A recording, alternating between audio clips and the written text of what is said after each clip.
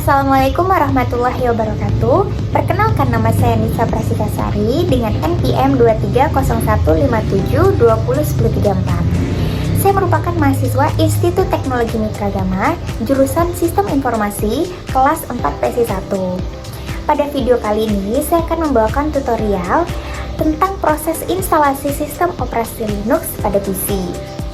Nah, tutorial ini saya buat untuk memenuhi tugas mata kuliah Sistem Informasi yang diampu oleh Bapak Nurdi Afrianto MKom.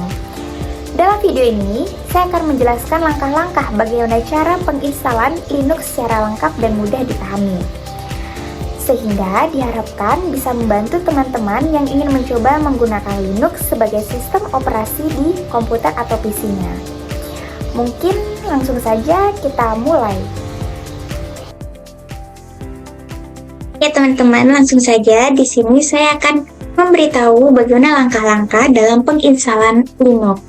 Yang pertama, di sini kita akan pergi ke bagian New. Nah, di sini kita diminta untuk memasukkan nama dari sistem operasi kita.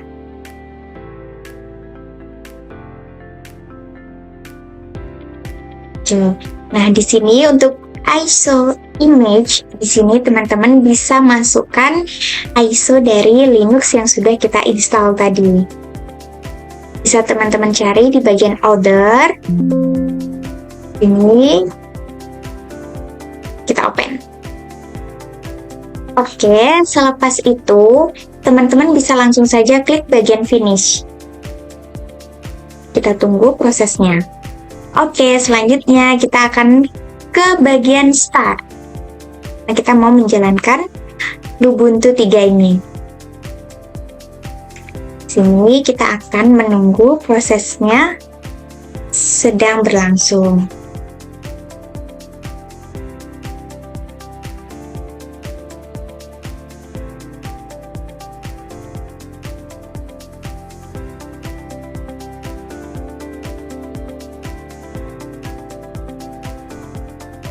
Nah, teman-teman, selagi prosesnya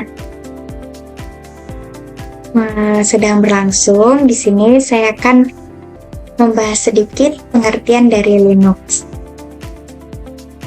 Linux itu merupakan sistem operasi open source berbasis Unix yang pertama kali dikembangkan oleh Linus Torvalds pada tahun 1991. Nah, sebagai sistem operasi yang open source, Linux ini memungkinkan siapa saja untuk menggunakannya, untuk memodifikasi, dan juga untuk mendistribusikan ulang kode sumbernya secara bebas. Tentunya hal ini menjadikan Linux itu fleksibel dan dapat disesuaikan dengan berbagai kebutuhan dari pengguna. Selanjutnya di sini saya akan bahas bagaimana sejarah singkat tentang Linux. Pada tahun 1991, Linus Torvalds yang merupakan seorang mahasiswa dari Finlandia itu merilis kernel Linux sebagai proyek pribadinya. Nah, pada tahun 1992, kernel Linux itu dirilis di bawah lisensi GNU, General Public License atau GPL, yang memungkinkan distribusi dan modifikasi yang bebas.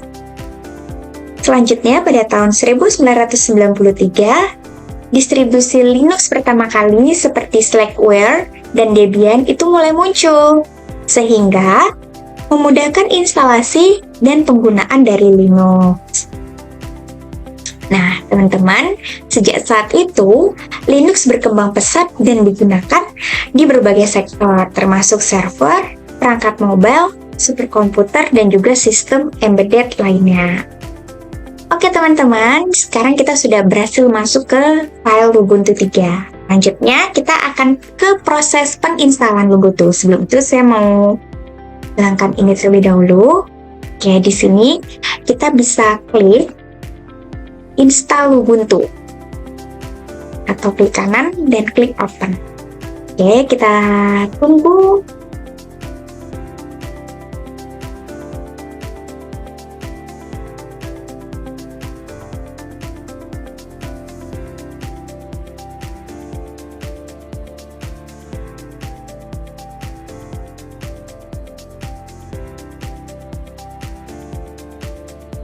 Nah, di sini proses tahap awal dalam instalasi Linux ini kita diminta untuk memilih bahasa yang ingin kita gunakan. Di sini teman-teman bisa pilih di bagian segitiga kecil ini. Nah, teman-teman bisa pilih.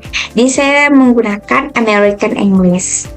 Nah, setelah teman-teman selesai memilih bahasa, teman-teman bisa klik bagian Next. Di sini teman-teman bisa pilih zonanya. Berhubung kita orang Indonesia, kita pilih di Jakarta. Kita bisa klik bagian Next. Ini kita Next. Selanjutnya bagian ini kita pilih ke yang erase this. Oke.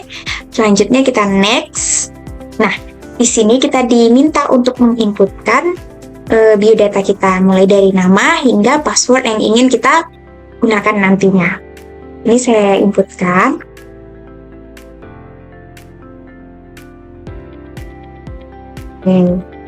Di bagian ini saya ganti dengan PC biar mudah.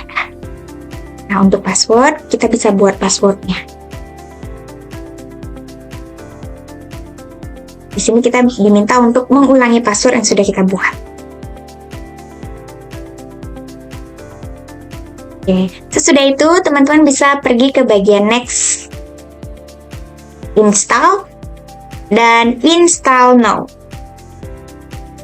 Di sini kita tunggu prosesnya.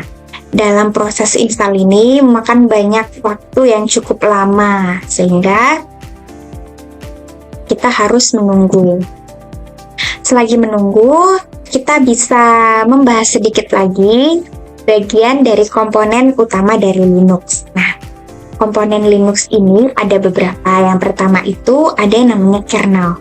Kernel itu merupakan inti dari sistem operasi yang dimana dia yang bertugas untuk mengelola komunikasi antara perangkat keras dan juga perangkat lunak. Selanjutnya yaitu ada sistem libraries. Itu merupakan pustaka yang dimana menyediakan fungsi dasar dalam sistem operasi. Selanjutnya itu ada namanya sistem utilities, yaitu program utilitas untuk manajemen sistemnya. Dan selanjutnya itu adalah shell, itu merupakan antarmuka command line untuk berinteraksi dengan sistem kita.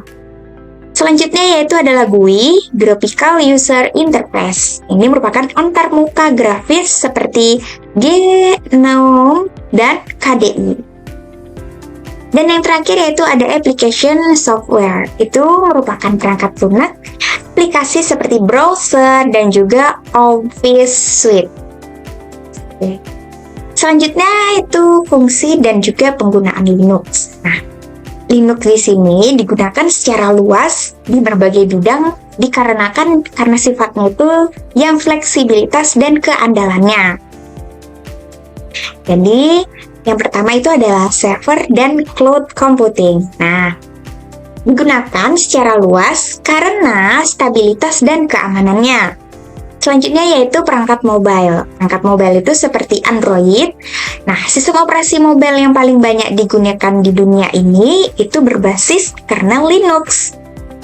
Selanjutnya yaitu adalah superkomputer. Superkomputer di sini sebagian besar di dunia ini menjalankan Linux karena efisiennya itu dalam menangani tugas yang berat. Nah, jadi superkomputer yang ada di dunia ini sebagian besarnya itu menggunakan Linux. Yang terakhir adalah embedded system. Ini merupakan perangkat seperti smart TV, router, dan perangkat medis. Ternyata juga menggunakan Linux, teman-teman. Selanjutnya di sini kita bahas kelebihan dari Linux. Kelebihan dari Linux sendiri itu yang pertama tadi open source dan gratis. Jadi sehingga dia dapat digunakan dan dimodifikasi tanpa biaya. Oke, selanjutnya itu adalah keamanannya yang tinggi. Linux ini kurang rentan terhadap virus dan malware karena dia keamanannya tinggi. Selanjutnya, dia juga stabil dan andal, sehingga cocok untuk penggunaan jangka panjang tanpa perlu sering di-restart. Selanjutnya yaitu fleksibel dan dapat disesuaikan. Maksudnya di sini, dia itu dapat disesuaikan dengan kebutuhan dari pengguna kita. Karena kan setiap pengguna itu kebutuhannya berbeda-beda. Nah, Linux di sini dia dapat digunakan, dapat disesuaikan oleh kebutuhan dari penggunanya. Yang terakhir yaitu ada namanya komunitas yang aktif. Nah, dukungan luas dari komunitas pengembang di seluruh dunia. Kata Linux di sini banyak sekali komunitas yang mendukung pengembangannya. Nah, kita sudah bahas tadi kelebihannya. Sekarang kita bahas lagi tentang kekurangan dari Linux. Dukungan hardware beberapa perangkat keras mungkin memerlukan konfigurasi yang tambahan. Jadi Linux ini memerlukan konfigurasi tambahan, teman-teman. Kita tunggu prosesnya ya. Prosesnya masih sama. Di sini kita akan menunggu sampai proses di sini 100%.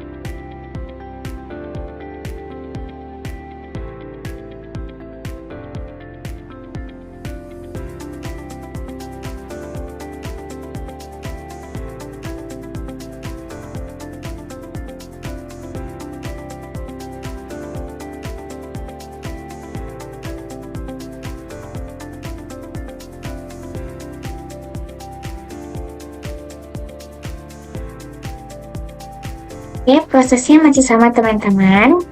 Kita tunggu sampai prosesnya 100%.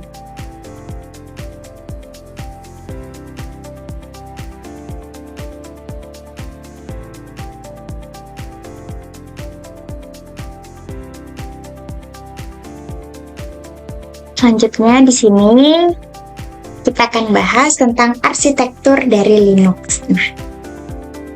Dan juga distribusi Linux. Nah, distribusi Linux di sini ada yang namanya Ubuntu, yang seperti kita gunakan saat ini, karena itu sangat cocok untuk pemula dengan antarmuka yang ramah pengguna. Oke teman-teman, kita sudah selesai dalam penginstalannya. Sekarang kita bisa klik down.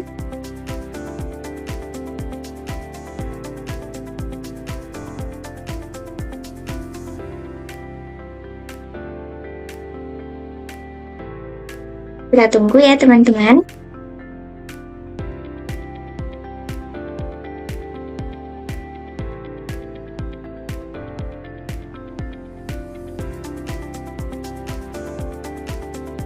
Dan kita klik enter.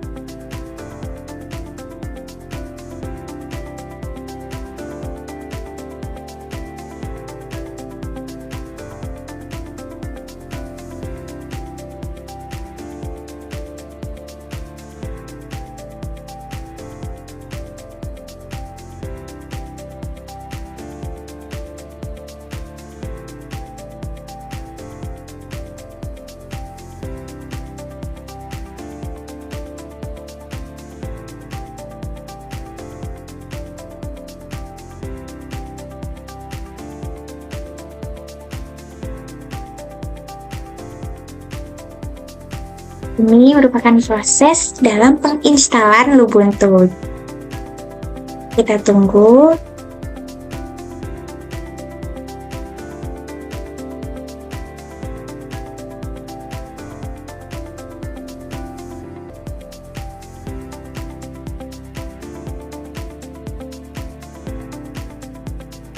Nah, di sini kita diminta untuk memasukkan password yang sudah kita buat sebelumnya.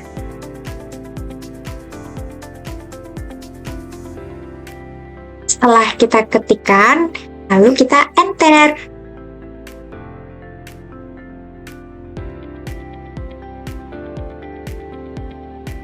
Kita tunggu.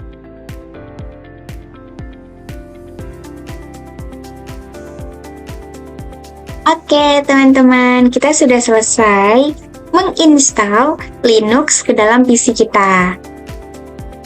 Mungkin itu saja tutorial singkat dari saya. Lebih dan kurangnya saya mohon maaf. Terima kasih sudah menonton. Sekian video singkat dari saya. Terima kasih buat teman-teman yang sudah menyempatkan waktunya untuk menonton video dari saya. Lebih dan kurangnya saya mohon maaf.